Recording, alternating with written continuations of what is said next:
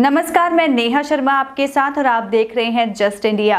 खबरों के प्रायोजक हैं रंज care showroom in Rohtak and Bahadurgarh. Showroom पर आएं, टेस्ट ड्राइव लें और गाड़ी बुक कराएं। Oscar super speciality hospital and trauma centre. Haryana विधानसभा शीतकालीन सत्र के दूसरे दिन कांग्रेस विधायक गीता भुक्कल के मामले को लेकर नेता प्रतिपक्ष भूपेंद्र सिंह हुड्डा और स्पीकर ज्ञानचंद गुप्ता के बीच तीखी बहस हुई है। पूर्व सीएम ने डिप्टी सीएम दुष्यंत चौटाला के आरोपों का पूरी तरह से खंडन किया है। नेता प्रतिपक्ष ने डिप्टी सीएम द्वारा लगाए गए आरोपों को वापस लेने की मांग रखी। हाई कोर्ट के सिटिंग जज से पूरे मामले की जांच कराने को लेकर उन्होंने कहा कि सदन के मामले की जांच कैसे कर सकते हैं। एक महिला खिलाड़ी हमारे हरियाणा प्रदेश की, जिसने शिकायत दर्ज कराई आपके मंत्री के खिलाफ, और उस मंत्री के खिलाफ सरकार ने कोई कार्रवाई नहीं करी, उसका बचाव किया। हमारे पास भी जो शिकायत आई उसमें ममता सिंह की अध्यक्षता में एक कमेटी बनाई गई थी। उसकी जो भी रिपोर्ट थी वो भी चंडीगढ़ प्रशासन को दे दी गई है। अब चंडीगढ़ प्रशासन ने मामला कोर्ट में डाल दिया है। हमारे प्रदेश में इस प्रकार की जहरीली शराब से हमारे हरियाणा के नागरिकों की मृत्यु हो रही है, और ये आज कोई पहली बार नहीं हो रही। एक साल पहले पानीपत में भी ऐसी घटना हुई थी जिसमें भी काफी मौतें हुई थी। इस प्रकार की घटनाओं को रोका कैसे जाए, मेन इंपॉर्टेंट चीज ये है। तो मंत्री जी, मैं आपको याद दिलाना चाहता हूं, मैंने करीबन 6-7 महीने पहले आपको एक रिटर्न में दिया था मेरे महम का मुद्दा, और मेरे यहाँ जितनी मौतें, इससे लगभग इतनी मौतें मेरे अकेले महम शहर में पिछले 4 साल में हो चुकी हैं। मैं इस बात का आपको विवरण, और उसमें कईयों की तो मैंने आपको जो दिया था रिटर्न में, 1-2 उसकी मैंने की दी है, चिट्टा बेचने वालों की मैंने कंप्लेंट की थी। उसी दौरान 3-4 घर ऐसे बर्बाद हुए थे जिनको इकलौते बच्चों की डेथ हुई थी। तो इसके ऊपर गंभीरता से विचार करके एक्शन लो। और ये तो आपके हल्के उसका क्षेत्र का है, अंबाड़ागढ़ यमुना नगर का है। आपको गब्बर कहते हैं। गब्बर जी, आपकी आंख के नीचे दीवतला अंधेरा कैसे हो रहा है? ये आप देखो ना, इतनी बड़ी वो चीज है, आपका नाम है, हम आपका वो सब रिस्पेक्ट करते हैं, आपके नाम का एक, या आपके आश्वासन पे हम विश्वास भी करते हैं। पहली बार हुआ है कि हर कनेक्टेड आदमी को अरेस्ट किया गया, कि एक भी आदमी नहीं छोड़ा हमने, एक भी, सिर्फ एक आदमी भागा हुआ अभी तक, वो हमारे काबू नहीं आ रहा, और हम उसको भी पकड़ेंगे। सिलसिला रुक क्यों नहीं रहा? जैसे ही संज्ञान में मामला आया, पुलिस ने बड़ी सख्ती के साथ और मुस्तैदी के साथ काम किया। राज्यसभा सदस्य दीपेंद्र सिंह हुड्डा ने ट्वीट करते हुए बीजेपी जेजेपी गठबंधन पर निशाना साधा है। उन्होंने लिखा है कि बीजेपी जेजेपी में समझौता तोड़ने का अघोषित समझौता हो गया है। पिछले चुनाव में बीजेपी के खिलाफ जेजेपी को मिले सारे वोट यदि कांग्रेस को मिलते तो 2019 में कांग्रेस की 61 सीट आती। जेजेपी के साथ एक नया समझौता किया बीजेपी ने, अपना समझौता तोड़ने का समझौता किया है। अब समझौता तोड़ेंगे। पिछली बार अगर जेजेपी की वोट अगर कांग्रेस को मिलती तो कांग्रेस की 61 सीट आती। जेजेपी की एक वोट इस संकल्प के साथ थी कि बीजेपी को करो जमना पार, वो वोट अगर कांग्रेस को पिछली बार मिल जाती तो कांग्रेस की 61 सीट आती हरियाणा के अंदर। नहीं, कुछ नहीं होया। वो तो मैं ऐसे कह रही थी भाई, जैसे पुराने हैं ना उनको आगे लिया जा, और कुछ नहीं था। भेदभाव कर रही है बीजेपी? नहीं, पार्टी बहुत अच्छी है। मैं पार्टी से बचपन से सौदी संभाली है, इसी से जुड़ी। लेकर ही थोड़ा गुस्सा था? नहीं, ये गुस्सा था कि भी पुराने को भी आगे लिया जा। नाम भी लिया गया आपका? नाम तो मेरा आता है। जिसके घर अमित शाह जी आए हुए हैं, मोदी पर भारी तब से काम कर रहे हैं। इसलिए गुस्सा था कि इतने बड़े लोग जो हम पुराने कार्यकर्ता उनको आगे लिया जा। नहीं, वंश की भी नहीं है, कहीं ना कहीं इग्नोर किया गया आप लोगों को, नाम नहीं लिया गया। वंश भी नहीं चाहता मुझे, ऐसी कुछ नहीं है।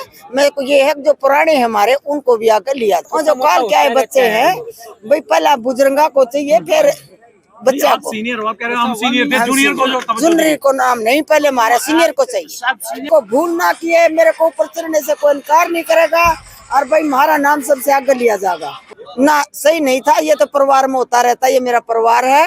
जैसे कोई ऊत हो जा, कोई हो जाओ, तो लड़ाई नहीं थी। मैं अपने परिवार को अपना सब चीज कर रही थी। दिल्ली पुलिस की स्पेशल सेल की टीम देर रात हरियाणा के जींद पहुंची, जहां उन्होंने संसद में प्रदर्शन करने वाली नीलम का कमरा खंगाला। नीलम जींद के घसो गांव की रहने वाली है। मिली जानकारी के अनुसार उचाना SHO बलवान सिंह को लेकर दिल्ली पुलिस की टीम रात नीलम के घर पहुंची थी। इस दौरान पुलिस के साथ 2 महिला पुलिसकर्मी भी मौजूद थी। पुलिस ने नीलम के परिजनों से उसके बारे में पूछताछ की। इस दौरान नीलम का कमरा भी खंगाला गया और पुलिस उनके बैंक अकाउंट की कॉपी और कुछ किताबें अपने साथ ले गई। जो एक तो डायरी बरामद हुई है इनकी, वो बहुत काफ़ी पुरानी है। जब वो यहाँ पे गंडाखेड़ा में स्टडी करती थी वहाँ की है। वो डायरी बरामद की है, उसमें कुछ कॉन्टैक्ट नंबर थे उसकी सहेलियों के, वो थे। और क्या नाम है, जो उन्होंने ये जैसे जो किताबें थी कई किसानों के ऊपर थी, सरकार के ऊपर है, जो किताबें थी वो ले गए हैं और ऐसा कुछ नहीं है। स्थानीय पुलिस के साथ और कौन कौन सी कमेटी? स्थानीय पुलिस थी सारी। हाँ। और इससे अलग बाहर की कोई? बाहर की तो ये थे बस जो दिल्ली से सफ़ेद गाड़ी में था, दिल्ली से थे जिन्होंने रिपोर्ट बनाई है, वो थे बाहर थे। आप कौन कौन थे घर में जिस वक्त इन्होंने जांच की? मैं, मेरी माँ और मेरी वाइफ। 3 थे। हाँ। तो तीनों से बातचीत की इन्होंने? कि नहीं, मैं बार बार बोल रहा हूँ भाई साहब, इन्होंने किसी से कोई बातचीत नहीं की है। सोनीपत के कुंडली थाना क्षेत्र में उस समय सनसनी फैल गई जब एक प्रेमी ने अपनी प्रेमिका की गला दबाकर हत्या कर दी। इस हत्याकांड की सूचना मिलने के बाद कुंडली थाना पुलिस मौके पर पहुंची और महिला के शव को कब्जे में लेकर पोस्टमार्टम के लिए नागरिक अस्पताल भिजवा दिया है। पुलिस ने मौके से प्रेमी को हिरासत में ले लिया, जिससे अब क्राइम ब्रांच की टीम पूछताछ कर रही है। जानकारी के अनुसार सोनीपत के कुंडली थाना क्षेत्र अंतर्गत आने वाले वार्ड नंबर 9 में अनिल और पूजा काफी लंबे समय से लिव इन रिलेशनशिप में रह रहे थे। दोनों कुंडली औद्योगिक क्षेत्र में कंपनी में लेबर का काम करते थे। वहीं दोनों की दोस्ती प्रेम में बदली थी, लेकिन देर रात अनिल का पूजा के साथ किसी बात को लेकर झगड़ा हो गया, जिसके बाद अनिल ने पूजा की गला दबाकर हत्या की। कॉलोनी के पास पड़ता है ये, कुंडली के अंदर। इसमें आज सुबह सूचना मिली थी कि किसी औरत का मर्डर हुआ है, चुन्नी से उसका गला घोंटकर उसकी हत्या की गई है। हम मौके पर पहुंचे हैं। पूजा नाम की औरत है ये, और ये केरल गांव की रहने वाली है। हाथरस डिस्ट्रिक्ट है यूपी में, वहाँ की ये रहने वाली थी। और ये अनिल नाम के लड़के के साथ, वो अनिल लोहानी गांव का रहने वाला है, भिवानी का, उसके साथ लिविंग रिलेशनशिप में रह रही थी। दोनों का रात को झगड़ा हुआ और अनिल ने चुन्नी से गला घोंटकर इसकी हत्या कर दी गई, हत्या की है और मर चुकी है। हरियाणा के करनाल जिले में असंध रोड पर स्थित बासा गांव में उस वक्त मातम पसर गया जब गांव के 3 युवकों की सड़क हादसे में मौत हो गई। तीनों दोस्त बाइक पर अस्पताल जा रहे थे और इसी दौरान एक तेज रफ्तार ट्रक ने उन्हें टक्कर मार दी। इस हादसे में तीनों युवकों की मौके पर ही मौत हो गई। वहीं ट्रक चालक ट्रक को मौके से छोड़कर फरार हो गया। जानकारी के अनुसार रविवार को शाम के समय बासा गांव में अजय की कुछ युवकों के साथ बहस हुई और बहस काफी बढ़ गई, जिसके बाद अजय के ऊपर चाकू से हमला हुआ और इस हमले में अजय बुरी तरह से घायल हो गया। इस बात की सूचना जैसे ही अजय के दोस्त और रिश्ते में लगते हम उम्र चचेरे भाइयों को पता चली तो उसे बाइक पर बैठाकर वो गांव से करनाल में इलाज के लिए ले जाने लगे। जैसे ही वो गांव से करनाल असंध स्टेट हाईवे पर चढ़े तो सामने से आ रहे ट्रक ने उनकी बाइक को टक्कर मार दी। जुलाना के पास नेशनल हाईवे 352 पर एक ऑटो का संतुलन बिगड़ने से हादसा हो गया, जिसमें एक महिला की मौके पर ही मृत्यु हो गई और ऑटो में सवार 7 यात्री गंभीर रूप से घायल हो गए।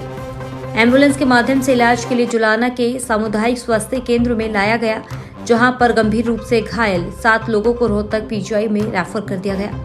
मिली जानकारी के अनुसार बताया जा रहा है कि मृतक महिला और अन्य लोग रोहतक के रहने वाले हैं, जो एक मृतक के कार्यक्रम में शामिल होकर वापस रोहतक की ओर जा रहे थे।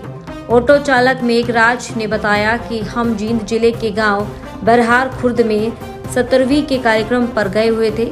जब हम वापस रोहतक आ रहे थे तो ऑटो का संतुलन बिगड़ गया, जिसके चलते ऑटो पलट गई और ये हादसा हुआ।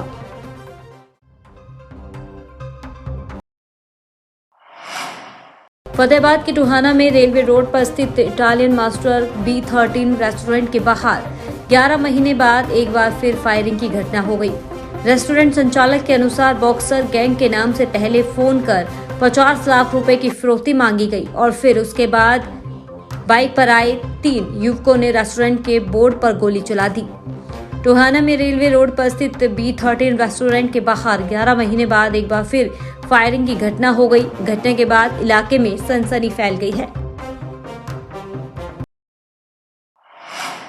खबरों में फिलहाल इतना ही। देखते रहिए जस्ट इंडिया। नमस्कार।